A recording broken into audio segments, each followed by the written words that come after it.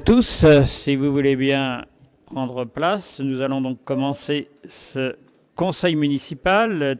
Tu es prêt, Denis? C'est bon, je ne te prends pas trop de cours.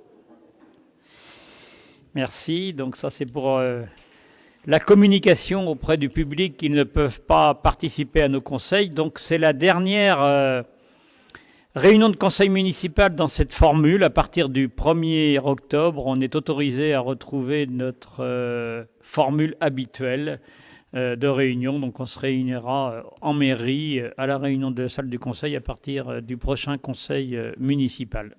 C'est les consignes que l'on a reçues de la préfecture. Donc Morio Bernard est présent, Nathalie Priour, Stéphane Lambert, Monique Dionnet, Gérard Alain, Christine Girodino, Roger Masson, Aurélie Guitny, Constant Chauvet, Yvan Théry, Isabelle Nicolas, Catherine Nelgouache, Olivier Guillet, Nathalie Bossard, Yannick Lebihan, Laurence Renaudino, Anthony Jaunâtre, Samuel Berthelot, Thierry Ritchie, Élodie Lucas, David Binet. Mariette Loira est excusée et a donné pouvoir à Nathalie Priour. Christophe Belin, David Rimbert. Ce sera le premier point à l'ordre du jour après, mais tu es déjà mis sur la liste. Guy-Luc Fradin. Fabienne Merceron est excusée et a donné pouvoir à Bruno Clavier. Frédéric Hérault, j'ai pas de pouvoir apparemment. Sandra Augiras est excusée et a donné pouvoir à Guy-Luc Fradin et Bruno Clavier. Et donc, y a-t-il des remarques sur le dernier conseil municipal, le compte-rendu du dernier conseil municipal? Est-ce qu'il y a des oppositions ou des abstentions? Donc, on considère qu'il est approuvé. Qui veut bien être secrétaire de séance ce soir? Yvan?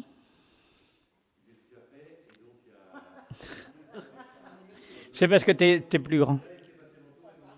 Monique est là, d'accord, très bien. Et je vous propose d'aborder l'ordre du jour tel qu'il vous a été envoyé. Et le premier point concerne l'installation d'un nouveau conseil municipal. D'un nouveau conseiller municipal, excusez-moi. Donc, je vous informe que suite à la démission en date du 15 mars 2021, il y a une erreur là, c'est du 15 août 2021 de Madame Séverine Rago, élue de la liste majoritaire. En fait, elle est partie de la commune, habitait ailleurs et elle a souhaité démissionner. Et conformément à l'article du Code électoral, il y a lieu de compléter le conseil municipal par le candidat venant immédiatement derrière le dernier élu de la liste concernée. En conséquence, c'était Madame Ludivine Ritchie qui arrivait derrière, qui a donc été convoquée. Celle-ci regrette beaucoup, mais en fait, elle pensait continuer ses études sur Nantes et en fait, elle a été nommée, je ne sais plus où, si c'est Strasbourg ou Rouen, enfin bon, Rouen peut-être bien, enfin assez loin du territoire, ce qui lui paraissait incompatible avec le fait d'accepter cette tâche de conseillère municipale. Et donc, elle nous l'a fait savoir par un courrier en date du 2 septembre. Et donc, c'est M. David Rimbert qui a été contacté par la suite, candidat venant immédiatement après avoir été convoqué à son tour. Et donc, nous sommes heureux d'accueillir ce soir David Rimbert autour de cette table comme nouveau conseiller municipal à Sainte-Pazanne. Je vais peut-être demander à David de nous dire deux mots sur sa présentation, qui il est, quel âge il est, qu'est-ce qu'il fait. Voilà, ce que tu as envie de nous dire, en fait. Tu appuies sur le bouton de droite, tu tires vers toi. Non, voilà, ce sera plus facile. Il y a un truc pour deux personnes. D'accord. Eh bien, donc, j'ai 46 ans, 3 enfants. Ça fait une quinzaine d'années que j'habite à Sainte-Pazanne. Voilà, je suis licencié du PBC quasiment depuis 2005. C'est grâce en fait à ce club de sport que j'ai commencé à connaître pas mal de gens sur la commune. Et Simon, mon activité professionnelle, c'est responsable d'un service dans un établissement bancaire. Voilà. Merci. Je vous dirai pas plus parce qu'après, ça parle pas beaucoup. Merci David et bienvenue au club. J'espère qu'on fera du beau boulot ensemble. Et donc, le deuxième point à l'ordre du jour concerne une proposition de modification simplifiée de notre PLU et je vais demander à Stéphane de nous présenter cette délibération. Monsieur le maire rappelle que le plan local d'urbanisme actuellement en vigueur a été approuvé par délibération du conseil municipal en date du 28 janvier 2020. Il s'avère que certains articles du règlement écrit posent des difficultés d'application lors de l'instruction des autorisations du droit des sols, permis de construire, déclaration préalable. Monsieur le maire propose au conseil municipal d'effectuer une procédure de modification simplifiée du PLU afin de corriger des erreurs rédactionnelles et de sémantique présentes dans le règlement écrit du PLU et lui demande de fixer les modalités de la concertation. Le conseil municipal de Sainte-Pazanne, vu le Code général des collectivités territoriales, vu le Code de l'urbanisme et notamment des articles L153 jusqu'à L153-21, vu le plan local d'urbanisme approuvé du 23/01/2007 ayant fait l'objet de modifications approuvées les 8/07/2008 jusqu'au... et révisé le 28/01/2020, vu l'arrêté du maire de Sainte-Pazanne numéro 44-118 18, on arrête, en date du 17/09/2021, décidant d'engager la procédure de modification numéro 1 du plan local d'urbanisme.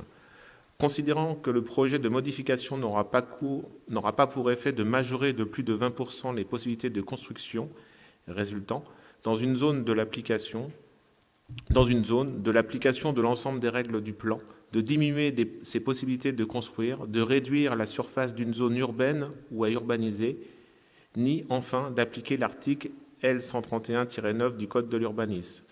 Considérant qu'il peut en conséquence être soumis à la procédure de modification simplifiée conformément à l'article L153-45 du Code de l'urbanisme.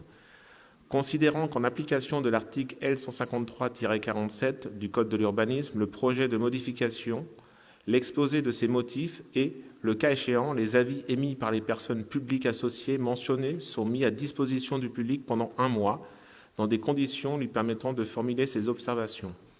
Considérant qu'en application des mêmes dispositions, les modalités de la mise à disposition sont précisées par le conseil municipal et portées à la connaissance du public au moins 8 jours avant le début de cette mise à disposition. Après avoir entendu l'exposé et après avoir délibéré, le conseil municipal décide. Article 1er, le projet de modification simplifiée, l'exposé de ses motifs et les avis émis par les personnes publiques associées mentionnées aux articles L132-7, L132-9 seront mis à disposition du public pendant 1 mois à la mairie de Sainte-Pazanne aux jours et heures habituels d'ouverture au public ainsi que sur le site internet www.saintepazanne.fr.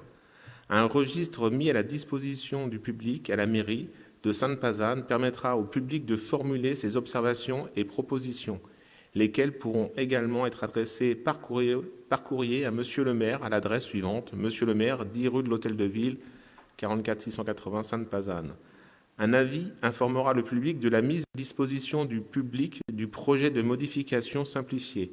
Cet avis sera publié en caractère apparent 8 jours au moins avant le début de la mise à disposition dans un journal diffusé dans le département, sur le site internet de la mairie, ainsi que par voie d'affiche apposée dans les lieux listés en annexe de la présente délibération. Article 2. À l'issue de la mise à disposition, Monsieur le maire en présentera le bilan devant le conseil municipal qui en délibérera et l'adoptera. Le cas échéant, le projet éventuellement modifié pour tenir compte des avis émis et des observations du public par délibération motivée. Article 3. La présente délibération fera l'objet des mesures de publicité et d'information prévues à l'article R153-21 du Code de l'urbanisme. Article 4. La présente délibération sera en outre transmise au contrôle de légalité. Elle sera exécutoire dans les conditions prévues aux articles L2131-1 et L2131-2 du Code général des collectivités territoriales. Article 5. Monsieur le maire de Sainte-Pazanne est chargé de l'exécution de la présente délibération. Après, il faut aller dans les annexes. Ce qu'on peut peut-être compléter, c'est que la commission urbanisme a déjà planché à différentes reprises sur la mise à jour en fait de quelques éléments de règlement, hein, et donc il va y avoir un dossier. Mais là, on lance la procédure et on dit comment on va concerter les gens. En fait, c'est l'objet. Ça fait partie de la procédure d'une modification simplifiée qui va peut-être durer 4 mois, 5 mois, et on reviendra devant le Conseil suite à ce qui vient d'être expliqué. On reviendra devant le Conseil pour approuver les éléments d'évolution ou de correction d'un certain nombre de points du règlement. Pour compléter, la réflexion on a commencé au début du printemps avec les services instructeurs, le service urbanisme de Sainte-Pazanne et puis la commission. Voilà. Bon, c'est...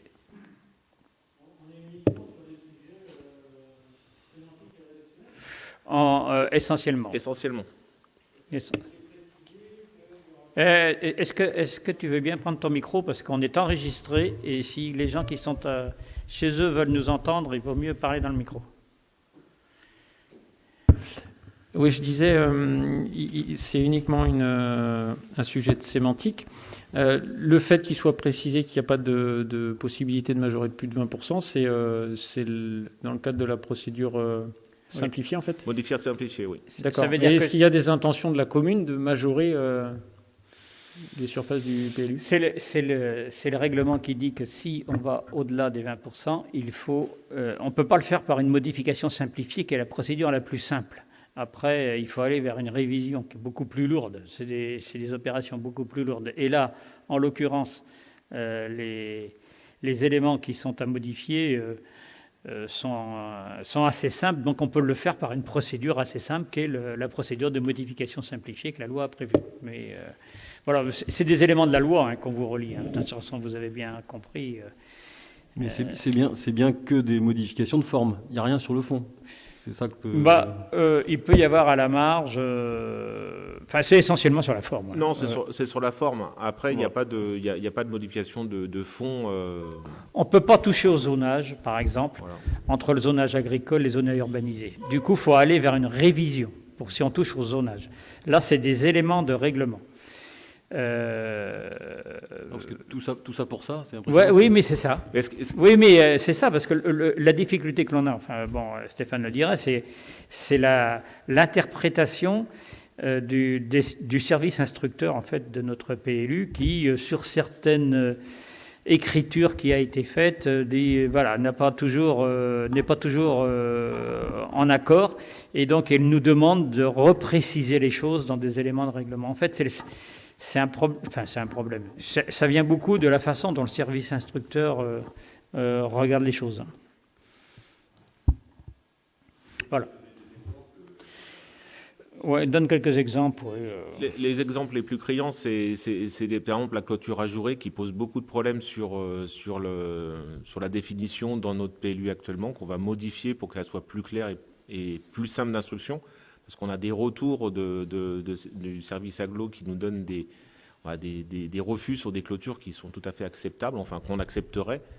Et donc du coup, on est obligé de faire un contre-avis. Donc pour éviter ce genre de situation, on essaye de caler les choses pour que ça soit... voilà. L'exemple criant de la clôture, c'est peut-être les 10 derniers rendez-vous, pas les 10 derniers, mais ces 10 derniers rendez-vous que j'ai eus dans le bureau pour des problèmes de clôture. Donc... Il n'y a pas des histoires de toiture aussi à préciser, je crois. Si, il y a des toitures, comment ça s'appelle ? On a écrit dans notre PLU qu'on ne pouvait pas avoir que des toits plats. Voilà. Et demander qu'il y a un pourcentage de tuiles et de toits plats, afin que ça se respecte. Et on a besoin de repréciser les choses, je crois. C'est ça, non ? C'est ça. En fin de compte, il y a 30% de toitures plates autorisées sur une globalité. Et dans la lecture qui est faite sur notre PLU, c'est pas très simple. Les demandeurs comprennent pas forcément cette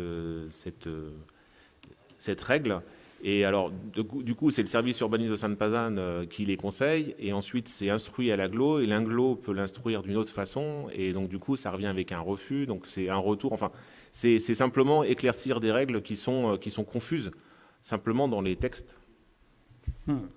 C'est essentiellement ça. Donc on reviendra avec vous, on précisera ce qui a été écrit avant et ce qu'on vous propose de modifier. Pour l'instant, là, on délibère sur la modalité de la concertation, en fait. D'autres précisions? S'il n'y a pas d'autres précisions, est-ce qu'il y a des oppositions ou des abstentions? Merci. Sur des questions budgétaires, le point 3, donc une décision modificative numéro 1, je vais demander à Nathalie de nous présenter cette évolution. Excuse. Merci. Monsieur le maire propose au conseil municipal d'étudier et de voter un budget modificatif du budget principal commune. Je tiens à préciser qu'il ne s'agit pas d'une dépense supplémentaire, mais d'un jeu d'écriture. La modification concerne un manque de crédit au compte 238, avance, relatif à une avance de trésorerie demandée par la CELA. En effet, le mandat a été rejeté par la trésorerie car il a été émis au compte 2031, frais d'études, au lieu du compte 238, avance et acompte. Afin de se conformer à la réglementation budgétaire et de régulariser cette écriture, il est proposé de voter le budget modificatif comme suit. Section d'investissement, dépenses aux acomptes 2031, frais d'études, moins 195 500. Au compte, excusez-moi, je me disais aussi qu'il y avait quelque chose qui n'allait pas. Au compte 238, avance et acompte, plus 195 500. Au compte 2031 041, frais d'études, écriture d'ordre, plus 195 500. Et en recette, au compte 238 051, avance et acompte, écriture d'ordre, plus 195 500. 195 500, excusez-moi, euros. Voilà. On a ça de temps en temps. Un changement de ligne, mais ça ne change rien sur le budget. C'est vraiment une demande de la trésorerie. J'entendais un collègue l'autre jour qui réagissait parce que la trésorerie faisait prendre une délibération pour changer 1 centime sur une ligne budgétaire.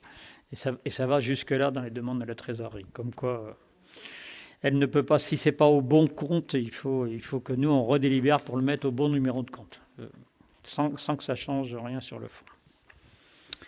Est-ce qu'il y a des remarques, des oppositions ou des abstentions? Merci. C'est donc approuvé à l'unanimité. Le point numéro 4 concerne l'extension du groupe scolaire Maurice Pigeon, un avenant ou des avenants au marché. Et je vais demander à Constant de nous les présenter. Donc, dans le cadre de ce marché public, je vous présente les modifications à y apporter concernant les lots 3, 7 et 10, détenus respectivement par les entreprises SAS Construction Trio, Frada et Force Énergie. L'avenant du lot numéro 3 SAS Construction Trio concerne une plus-value pour des travaux sur l'ossature bardage de la charpente du préau et pour des panneaux de façade et angles de bardage supplémentaires. Donc le montant initial du marché était de 88 803,40 €. Montant de l'avenant, 27 364, ce qui nous porte le nouveau montant du marché à 116 167,40.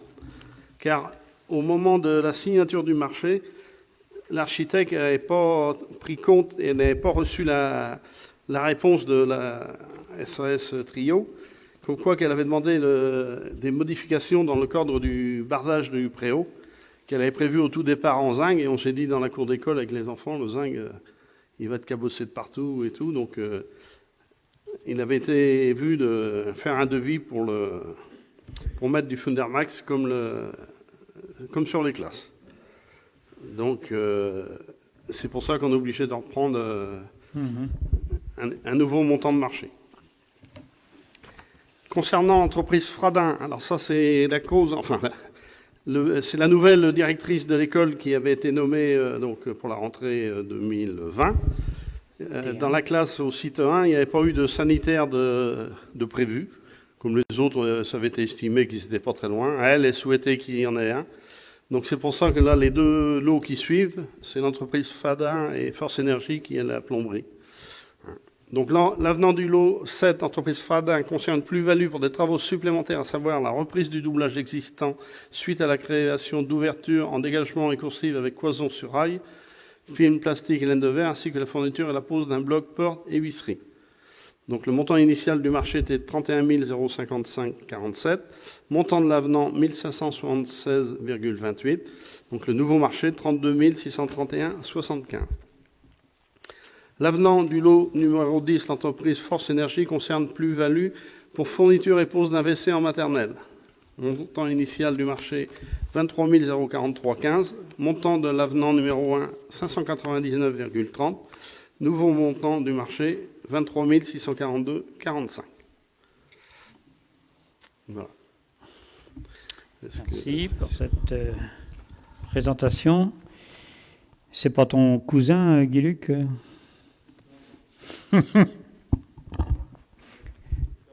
T'as pas d'intérêt dans l'affaire. Voilà. Ok. Est-ce qu'il y a des remarques, des questionnements?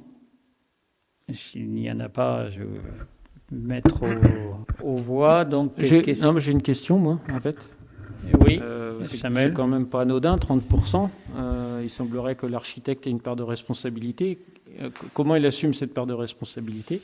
Et ma deuxième question, c'est à quel endroit on va trouver ces 27 000 € dans le budget de la mairie? Puisque j'imagine que c'était forcément pas budgété. De mémoire, ça a été budgété lorsqu'on a voté le budget, parce que quand on a voté les marchés, alors je ne sais plus à quelle période on l'a fait, et c'est après que ça a été porté rajouté, si tu veux, au compte suivant ce qui avait été voté, quoi, sur l'ensemble des lots. Il y a juste les Fradin et Force Énergie qui, eux, n'étaient pas prévus. Mais le doublage, c'est arrivé après que l'architecte, et ça avait été intégré dans le montant de l'emprunt, enfin, du montant du marché, quoi. Bon, moi je me souviens pas. Je peux pas te dire, mais Oui. c'est possible.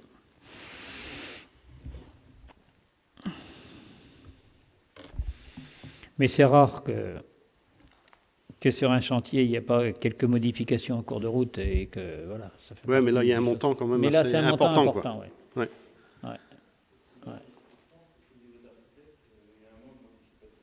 Ouais.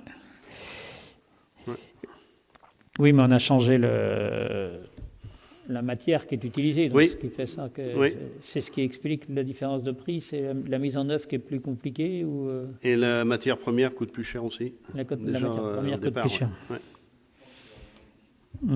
Ben oui. Et s'il avait anticipé, on en serait peut-être au même prix en même temps, au niveau du marché. Oui. C'est possible. Désormais, on passe l'avenant, mais c'est finalisé, les travaux là-dessus. C'est en cours. Oui, c'est ça. C'est en cours, parce que théoriquement, la réception devrait se faire la première semaine des vacances de la Toussaint. Si tout va bien. Ok, d'autres observations? Je vous propose de les mettre aux voix. Est-ce qu'il y a des oppositions? Des abstentions? Merci, donc c'est approuvé à l'unanimité. Sur la réhabilitation du théâtre,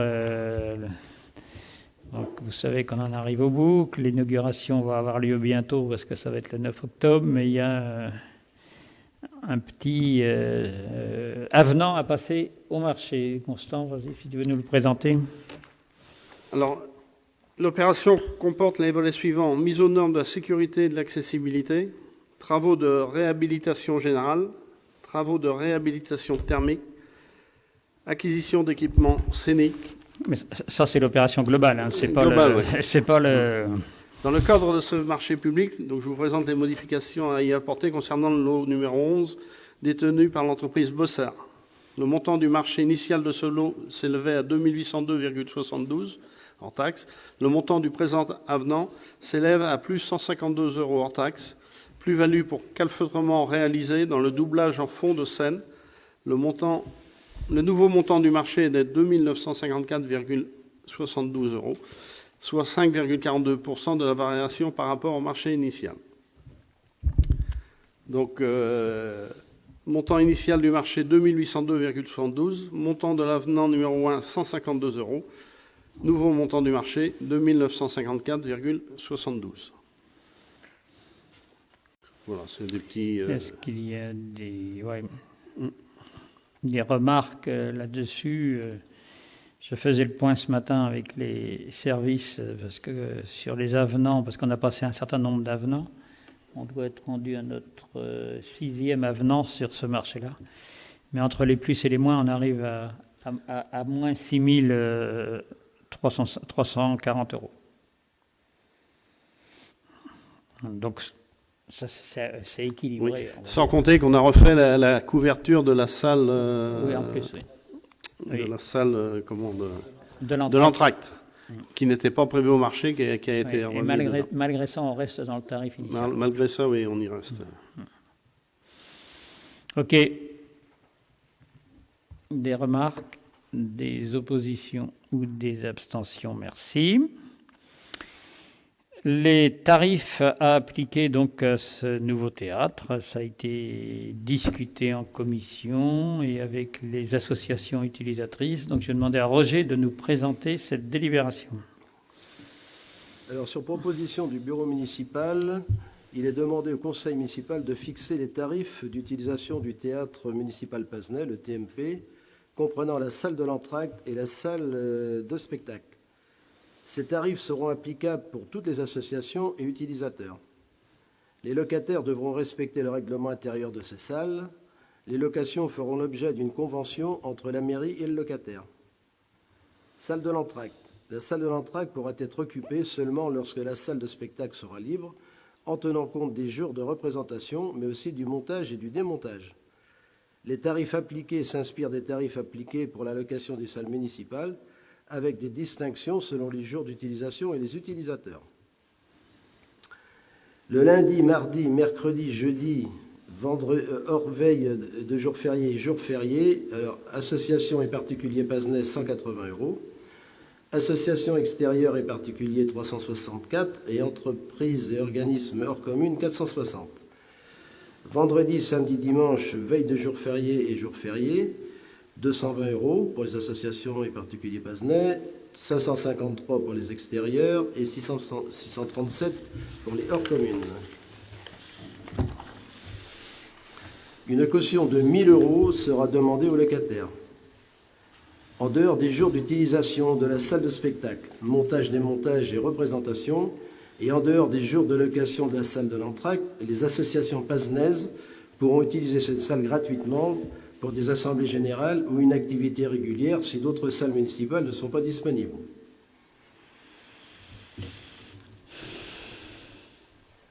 Salle de spectacle. La salle de spectacle sera louée avec la salle de l'entracte et les loges pour les jours de représentation et répétition montage. Avant d'entrer dans la salle, les utilisateurs devront justifier d'une assurance responsabilité civile. Et je crois qu'il faudrait qu'on le rajoute pour la salle de l'entracte. On ne parle pas d'assurance. La distinction des tarifs s'opère selon les utilisateurs et les types d'utilisation.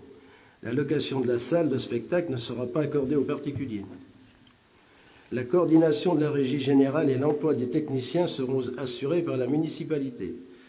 La mise à disposition de la salle de spectacle prévoit l'emploi par la municipalité d'un technicien pendant un service de 8 heures pour le montage et répétition et un service de 4 heures pour la représentation et démontage. Les besoins matériels et humains supplémentaires seront facturés aux utilisateurs. Des personnes référentes dans les associations principales utilisatrices seront formées à l'utilisation des consoles, son et lumière, afin de leur permettre une certaine autonomie pour les répétitions et les représentations multiples.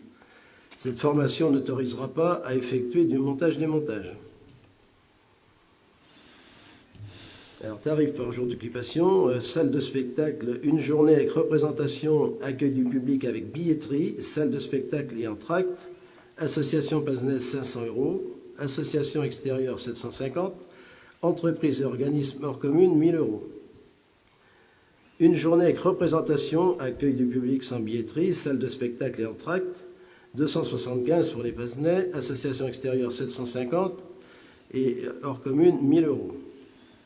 Il faut savoir qu'il y en a très peu d'associations qui font sans billetterie. Une journée de répétition, montage, présence des artistes et techniciens uniquement, salle de spectacle et entracte, 100 € pour les associations pazenaises, association extérieure 150 et hors commune 200. Afin de soutenir l'enseignement artistique des mineurs, il est proposé une deuxième journée de représentation consécutive à titre gracieux pour les associations pazenaises d'enseignement artistique de plus de 40 élèves mineurs. Cela se justifie par la jauge de la salle trop restreinte pour accueillir toutes les familles. Chaque groupe scolaire pazenais et collège pazenais pourra bénéficier d'une journée de répétition montage et une journée avec représentation par an à titre gracieux. La charge de personnel technique et éventuellement de location de matériel incombera à l'école utilisatrice de la salle. Les associations pazenaises pourront bénéficier d'une journée de représentation gracieuse en échange de services, animation de la commune, investissement dans le collectif de théâtre. Une caution de 1 500 € sera demandée aux locataires. Alors, quand on parle de locatif de théâtre, on a lancé un appel aux associations futures utilisatrices pour le théâtre, et même on va lancer un appel aux Pazenais pour former un groupe pour donner un coup de main lorsqu'il y aura des représentations, notamment pour des spectacles de professionnels, où il faudra des gens à l'accueil, il faudra des gens au bar s'il y a un bar, etc., etc. Et donc là, s'il y a des gens, des associations qui s'investissent dans ce collectif, ils pourront bénéficier d'une réduction, soit d'une journée, soit de 2 journées, enfin voilà, en fonction de l'investissement.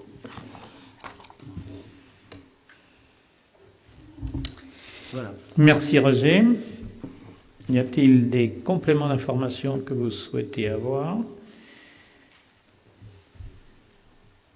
Et s'il n'y en a pas, je vous permettre de voter. Oui, Bruno?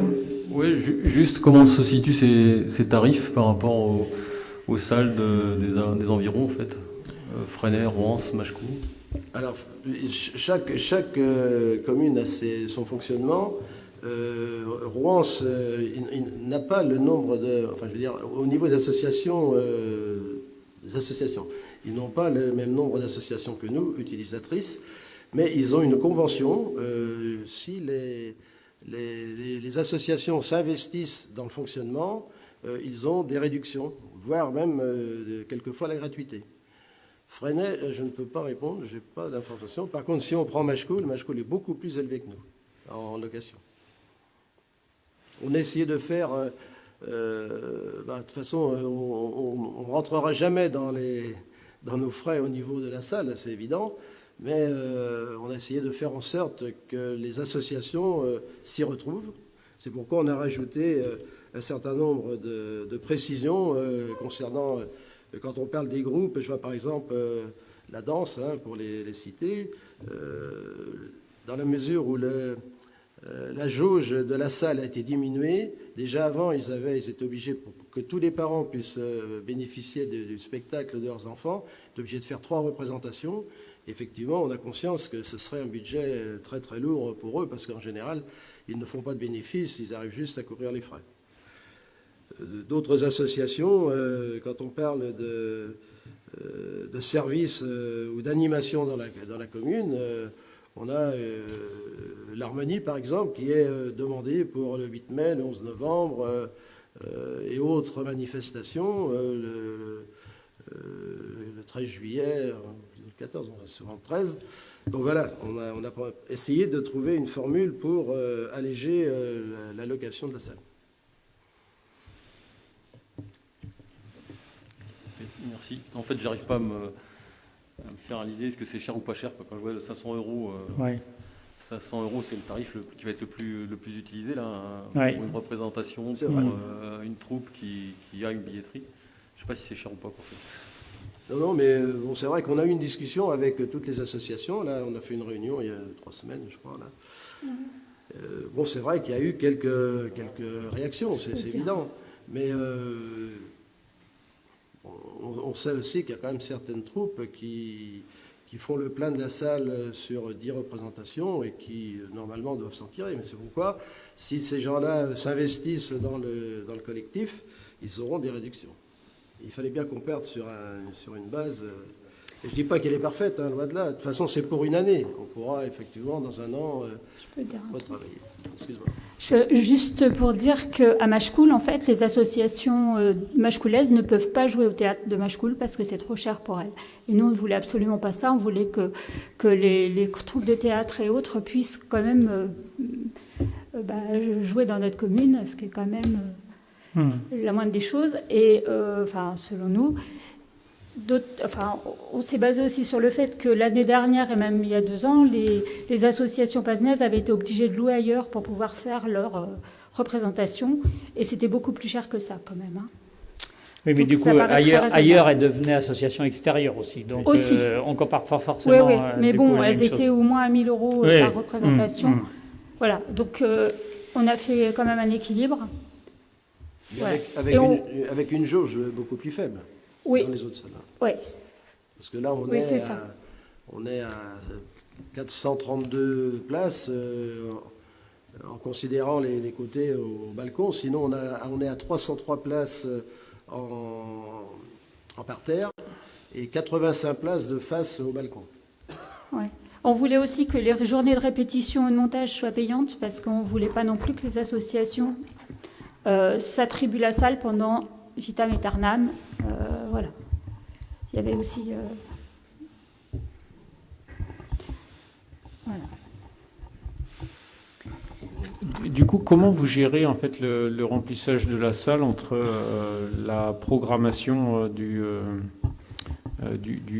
théâtre et puis les sollicitations des associations? Est-ce que vous êtes fixé un quota maximum pour les associations ou C'est-à-dire que là, on a 385 places, 388 places, ils peuvent louer la totalité. Non, c'est sur l'année. C'est pas ça, dans Roger. la programmation sur l'année. Ah, le calendrier. Je provoque volontairement, mais si on a un cas extrême où les associations hyper sollicitent le théâtre, est-ce que dans le remboursement, ça présente un risque pour la commune? Ça, effectivement... Et je vais dire, plus il y aura d'associations qui vont jouer, moins il y a de risques pour la commune. Parce que où ça va coûter pour la commune, c'est quand la commune va elle-même présenter sa propre programmation. Forcément.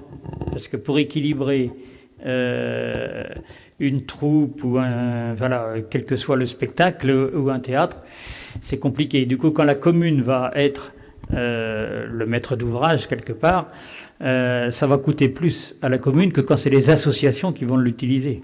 Parce que les associations, ça coûte à la commune qu'à travers... on touche la location de la salle, on a assez peu de charges par ailleurs. Non, mais de toute façon, ça va. On connaît à peu près les utilisations qui sont demandées à l'année, qui étaient demandées avant. Il n'y a pas de raison que ce soit multiplié par 2. Ce que l'on voulait, c'est justement continuer à la fois à trouver un équilibre entre l'animation associative qui se fait et qui fait qu'il y a beaucoup de gens qui se mettent en œuvre autour de ce théâtre. Hein. On sait qu'il y a... je ne sais plus, 25, 30 soirées qui sont réservées par des associations tous les ans, habituellement. Et puis, il y aura une proposition, entre ces propositions-là, une proposition de spectacle qui sera programmée par la mairie. Et donc les choses vont se compléter. Il faut un équilibre entre les deux, c'est ce que l'on pense que ça doit être. Alors, on dit qu'il y aura peut-être 6 à 8 spectacles à l'année. De mis en place. Donc on n'est pas non plus sur une programmation. Je connais beaucoup d'autres salles où ils programment 25 spectacles à l'année. Nous, on parle de 6 à 8 spectacles. En plus de le fait qu'on a beaucoup d'associations, ça permet d'avoir cette complémentarité entre les deux. C'est très bien. Je trouve que c'est bien aligné avec l'ADN de la commune. Donc oui. Ça laisse la place aux associations. On a un historique de gens qui utilisent bien la salle déjà d'avance. Donc voilà, on ne part pas de zéro. C'est pas comme si on partait de zéro. Et dans le planning, dans le planning d'utilisation pour 2022, je ne parle pas des spectacles professionnels, mais pour les associations, c'est calé déjà. Il y a déjà un planning qui a été fait en présence de l'ensemble des associations. Bon, ça demande d'être affiné sans doute un petit peu, mais Joanne, qui est la nouvelle responsable du théâtre, a déjà fait un planning. On le regardait cet après-midi avec Bernard, là, c'est déjà bien occupé. Et on s'était engagé à respecter l'utilisation par les associations pazenaises. Il est hors de question de squatter une association pour dire on va mettre plutôt un spectacle. Alors après, il faudra jongler, en sachant qu'il y a des habitudes de prise. On a 2 grosses troupes, c'est Copains d'Abord et Côté Scène. Donc ils avaient une habitude, c'était une troupe jouait une année, l'autre jouait après, donc voilà, c'est calé. Après, on a le Christ-Roi, c'est toujours à peu près aux mêmes séances, c'est mars-avril, c'est à peu près au même endroit. Et on a la danse et l'atelier théâtre. Hein, c'est fin mai, début juin, ou vice-versa, donc ils s'arrangent une année sur 2. Il y en a un qui commence le premier. Après, il va falloir plutôt que la commune jongle entre ces différentes réservations pour pouvoir permettre aux associations. Alors, je n'ai pas cité tout le monde. Hein, on aura l'harmonie, on a la chorale qui a déjà réservé un week-end, etc., etc. On a Cocotte Minute, etc., etc. Et toutes les associations seront les bienvenues, mais on a déjà celles qui étaient habituées à utiliser les salles. Merci Roger. Oui, je rappelle, là, il faudra qu'on rajoute dans la réservation de la salle de l'entracte l'utilisation des assurances responsabilité civile. Et sur la location, Bruno, pour compléter, de la salle de l'entracte, elle correspond au niveau grandeur à peu près à la salle Gonzague de la Brosse qui est ici, et on s'est à peu près calé pour les gens qui louent, que ce soit l'une ou l'autre, que ce soit à peu près le même prix. Voilà, ça a été un point de repère. On est légèrement au-dessus de la salle Gonzague pour, entre guillemets, inciter les gens qui vont réserver une salle de venir plus tôt ici. Oui, on a fait une petite différence. La petite différence, c'est pour ça uniquement. Hein. Et après, effectivement, si là c'est pris et que la salle de l'entracte est libre, ils pourront aller à la salle de l'entracte. OK. S'il n'y a pas d'autres remarques, est-ce qu'il y a sur cette proposition de tarif des oppositions ou des abstentions? Merci. Et donc on a à compléter la décision sur le prix des repas pris au restaurant scolaire, en particulier les repas adultes qu'on avait reportés avant l'été. Donc je vais demander à Gérard de nous présenter cette délibération.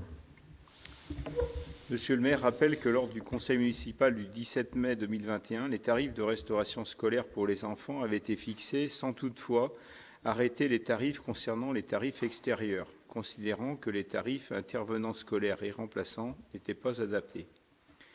Il avait alors été proposé que la commission scolaire se penche plus précisément sur les tarifs des enseignants et intervenants extérieurs. Par ailleurs, il avait été suggéré par les représentants du personnel lors d'une réunion du comité technique de définir un tarif pour les agents extérieurs au restaurant scolaire souhaitant bénéficier d'un repas emporté. Ce tarif n'existant pas, il est proposé de créer ce nouveau tarif. Les propositions retenues par les membres de la commission scolaire réunie le 16 septembre sont les suivantes. Tarif enseignant indice 492 et au-delà plus remplaçant. On a maintenu le tarif de 7,09 €.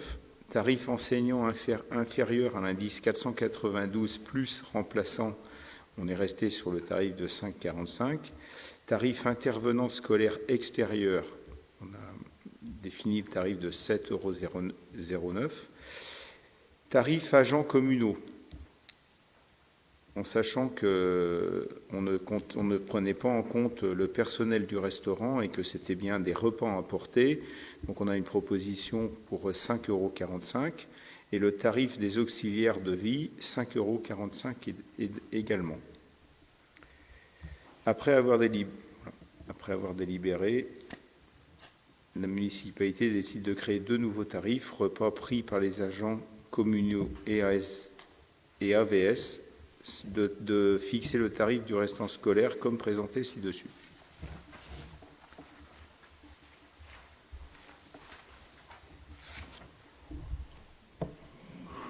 Des remarques? Non, ça a été discuté en commission. Y a-t-il des oppositions ou des abstentions? Merci pour cette proposition complémentaire. Et nous arrivons presque au dernier point de notre du jour qui concerne la taxe foncière sur les propriétés bâties. Et je vais demander à Nathalie de nous présenter cette délibération. Merci.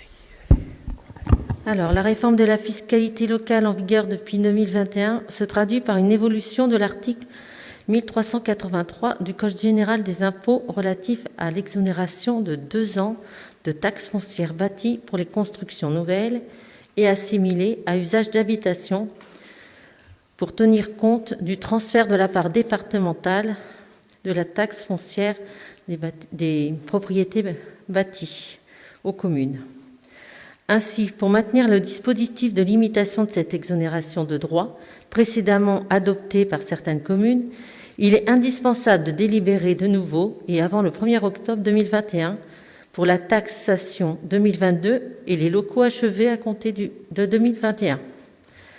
Monsieur le maire rappelle que la commune de Sainte-Pazanne avait supprimé à 100% l'exonération de 2 ans par délibération en conseil municipal le 19 novembre 2018.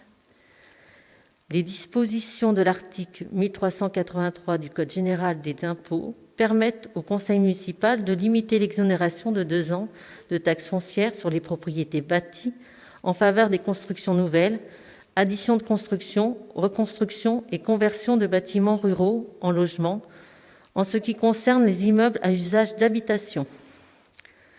Monsieur le maire précise que la délibération peut toutefois limiter ces exonérations uniquement pour ceux de ces immeubles qui ne sont pas financés au moyen de prêts aidés de l'État prévus aux articles L301-1 à L301-6 du Code de la construction et de l'habitation ou de prêts conventionnés. Vu l'article 1383 du Code général des impôts, Monsieur le maire propose au conseil municipal de limiter l'exonération de 2 ans de la taxe foncière sur les propriétés bâties en faveur des constructions nouvelles, addition de construction, reconstruction et conversion de bâtiments ruraux en logements à 40% de la base imposable en ce qui concerne tous les immeubles à usage d'habitation.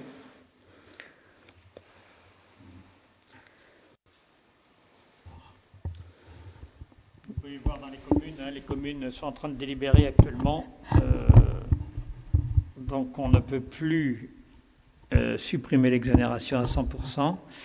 On nous propose de délibérer entre 40 et 90%.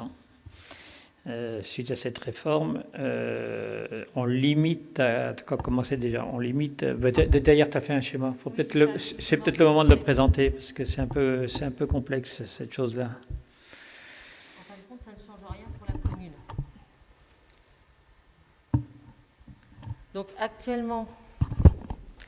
Donc actuellement, il y a la part communale, 60%. On n'appliquait pas d'exonération sur cette part-là. Il y avait la part départementale, il y avait 40%, et elle était exonérée. Donc pour les habitants de Sainte-Pazanne, ils avaient une exonération de 40% pour les 2 premières années. À partir de 2022, avec la nouvelle loi, part communale 60% et part départementale revenant à la commune 40%, ils seront exonérés de 40%.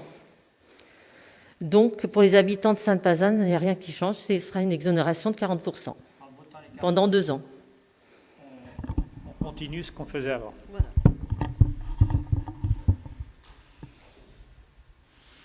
Très bien, le petit schéma permet de mieux compléter l'information au conseil municipal, je trouve. Est-ce qu'il y a des remarques sur cette proposition-là? Quand on avait pris ça il y a 3 ans, la suppression de l'exonération, on peut se poser la question, mais on se disait, les gens qui viennent habiter à Sainte-Pazanne, le choix, il ne se fait pas sur l'exonération ou pas les premières années. Par contre, les gens ont toujours besoin de plus en plus de services. Et donc, voilà, on se disait, pour apporter ces services, eh bien, ne limitons pas, ou n'appliquons pas cette exonération. Et en votant les 40%, en fait, on se retrouve dans le prolongement de ce qui se faisait avant, pour les gens. Est-ce qu'il y a des oppositions ou des abstentions? Je vous remercie. Donc on arrive à l'information sur les droits de préemption urbains qu'on va vous présenter. Donc comme on est au mois de septembre, il s'est passé 2 mois depuis le dernier conseil, donc la liste est un peu plus importante que d'habitude, mais ça veut dire que les maisons continuent à se vendre et à s'acheter, parce qu'il y a toujours des acheteurs face à ça. Une sur la rue des Vignerons, qui vous est présentée. Une autre maison avenue Cache-Bonhomme.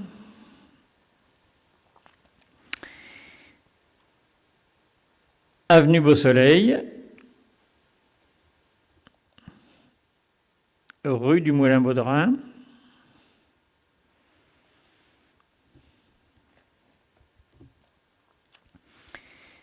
rue de Bazoin, juste à côté du restaurant scolaire de la Nantaise,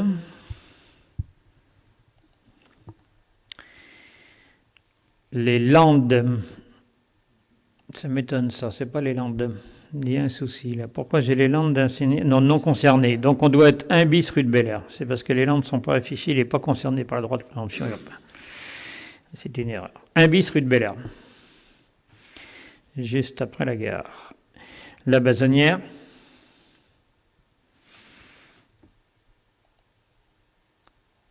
Avenue des Acacias.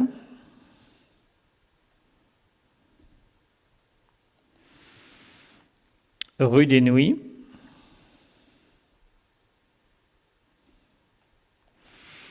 un terrain qui s'est divisé en 2 rue des Nouilles, chemin du Padibon,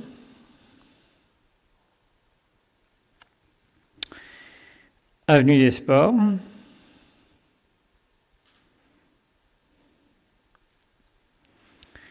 rue de la Marche,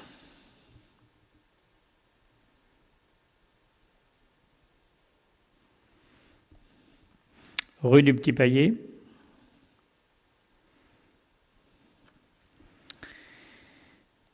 la Guilloterie,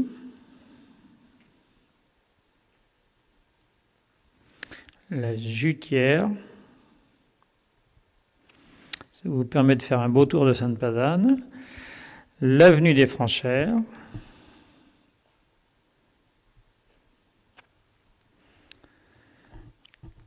la rue du Ballon,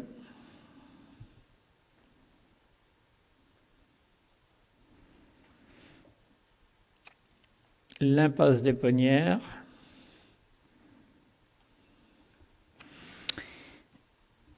un autre lot impasse des Ponnières,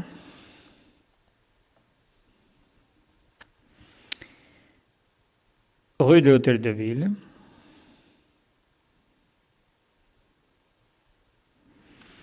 c'est un changement de propriétaire, mais avec l'activité commerciale qui reste de la même façon à l'intérieur. Avenue des Érables,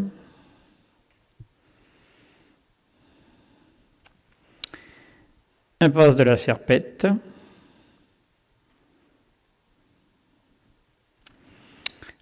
à la Grosse Roche, et on revient avenue des Érables, une autre maison. Voilà, les ventes qui se sont faites depuis 2 mois et quelques. Ça bouge, mais ça bouge dans les 2 sens, parce que là on voit les ventes, mais toutes ces maisons, elles ne sont pas restées longtemps à vendre. Enfin, vous le savez, vous entendez ça dans votre entourage, les gens ont de la peine à trouver des maisons. Et malheureusement, ça fait monter les prix. Vous avez pour information les concessions dans le cimetière. Voilà. Et puis on arrive au bout de ce conseil. On vous propose de retenir les dates des 2 prochains conseils municipaux d'ici Noël, le 8 novembre et le 13 décembre, si vous pouvez déjà les noter. Une réunion publique, mais vous le savez tous, mercredi prochain dans cette salle pour présenter les différents dossiers en cours au niveau de notre équipe municipale.